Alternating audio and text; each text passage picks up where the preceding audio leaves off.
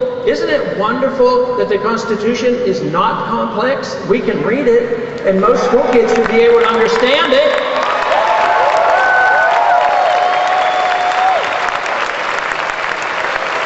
That might be one of the reasons the Constitution is not taught in our public schools, because if we raise up a new generation of individuals, they might realize that this whole system of government that we're inheriting and that we're working with and trying to change is unconstitutional. We shouldn't have it.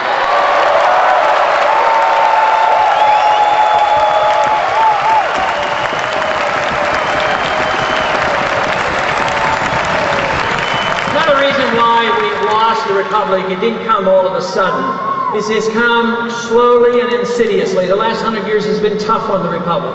But it started immediately after the Constitution. I mean, the Jeffersonians argued with the Hamiltonians, and they talked about central banking and big government and sedition acts. And so the fights were going on very early to undermine these principles that the founders understood. But today, it's been more rapid, it's insidious and slowly. But I think what has lulled so many people to sleep has been that we have been pretty prosperous. We're still fairly prosperous.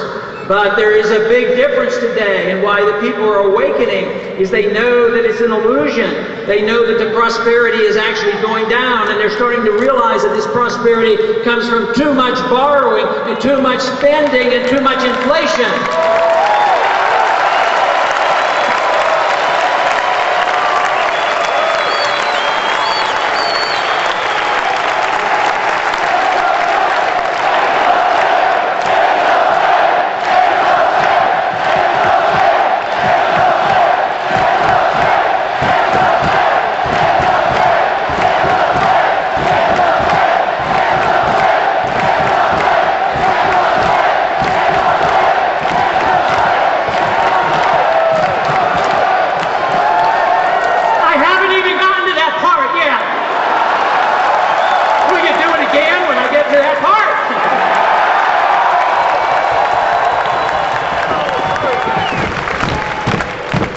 Civilization advances when you have less power in government. The more power you have in government, the more they resort to the ancient tradition of the warrior spirit. The warrior spirit where everything is gained by going out and robbing and killing and plundering.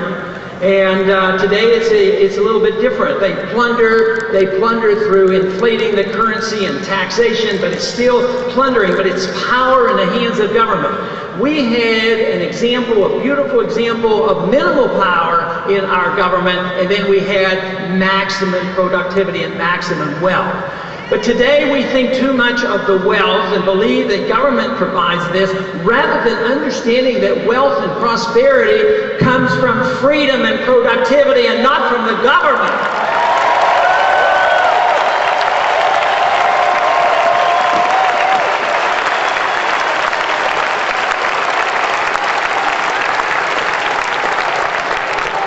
There have been some serious consequences of our lack of respect and our loss of liberty and lack of concern and defense of our republic. And we're suffering the consequences. This is what we're talking about. How can we reverse this trend? I think we have to understand how it happened, what the problems were, and what we have to aim for.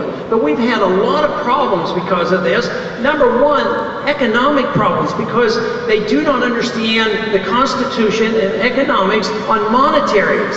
I mean, it is very clear what we should be doing. The founders knew and understood something about inflation. The runaway inflation of the continental dollar was devastating to the economy, so they were explicit. They said no emitting of bills of credit, no printing money, no paper money, and that only gold and silver should be legal tender.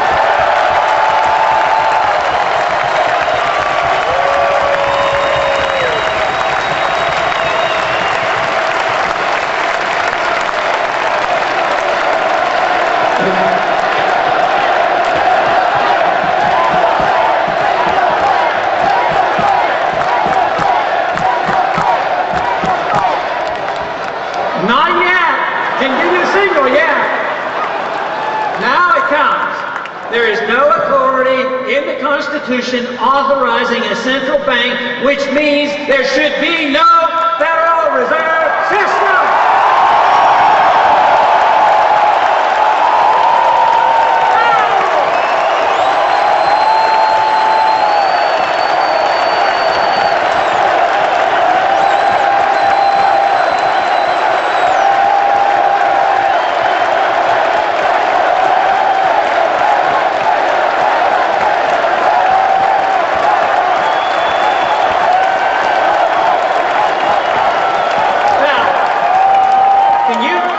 believe that 18 months ago, at the beginning of this campaign, that I didn't believe any of you